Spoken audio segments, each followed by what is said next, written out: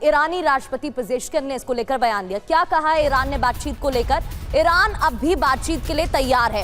अंतरराष्ट्रीय कानूनों के अनुसार बातचीत होनी चाहिए। इस्लामाबाद वार्ता फेल होने के लिए अमेरिका जिम्मेदार है, ये बात भी पेजेश्किन ने कही। वहीं शांति वार्ता विफल होने के बाद जेडी वेंस का बयान कि ईरानी प्रतिनिधिमंडल डील करने में असमर्थ था। सर्वोच्च नेता से मंजूरी के लिए ईरान जाना पड़ा। हमने कई शर्तें रखी, अभी गेंद ईरान के पाले में है।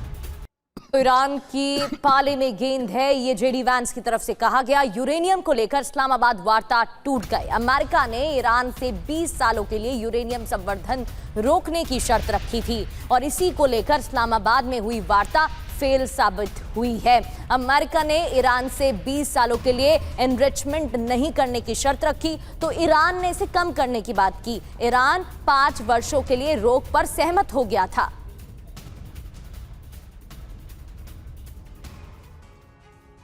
इस्लामाबाद में यूरेनियम पर नहीं बनी बात। अमेरिका की शर्त, ईरान का क्या आया है जवाब? समय सीमा पर अड़ियल रुख, समय सीमा कम हो, ये कहा गया ईरान की तरफ से। तो अमेरिका भी अड़ा हुआ है कि जितना हमने कहा है उतने पर ही बात होगी। संवर्धन पर 20 वर्षों तक रोक की बात अमेरिका ने की तो 5 सालों तक रोक पर सहमत हुआ है ईरान। यूरेनियम का भंडार खत्म हो, अमेरिका ने कहा, तो यूरेनियम संवर्धन की क्षमता में कमी आए, ये ईरान की तरफ से कहा गया।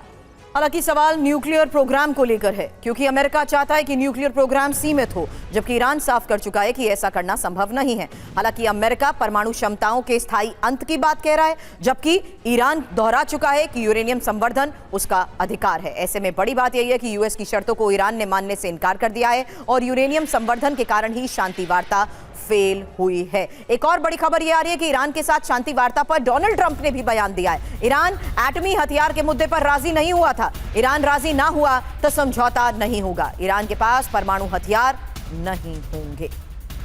और हॉर्मुज नाकाबंदी पर ईरानी विशेषज्ञ ने क्या कहा? बयान सामने आया। हॉर्मुज पर अमेरिका की नाकाबंदी से ईरान पर असर नहीं पड़ने वाला।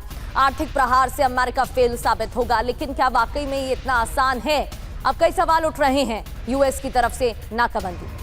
तो बड़ी खबर है ईरान की बड़ी जंगी तैयारी को लेकर भी, क्योंकि बड़ी संख्या में विनाशक हथियार ईरान बना रहा है और ईरान ने हथियार उत्पादन बढ़ाने का दावा भी किया है। साथ ही जंग के बीच बैलिस्टिक मिसाइल प्रोडक्शन में भी तेजी को लेकर दावा किया गया। सुसाइड ड्रोन की संख्या भी तेजी से बढ़ाई जा रही है। लंबी जंग के बाद भी वेपन मैन्युफैक्चरिंग जारी है और हथियार निर्माण को ईरान ने सुरक्षा तैयारी भी बताया है। हालांकि ईरान ने इजरायल अमेरिका को मुख्य खतरा बताया है, जिससे साफ है कि ईरान भी अब बड़ी जंग की तैयारी कर चुका है।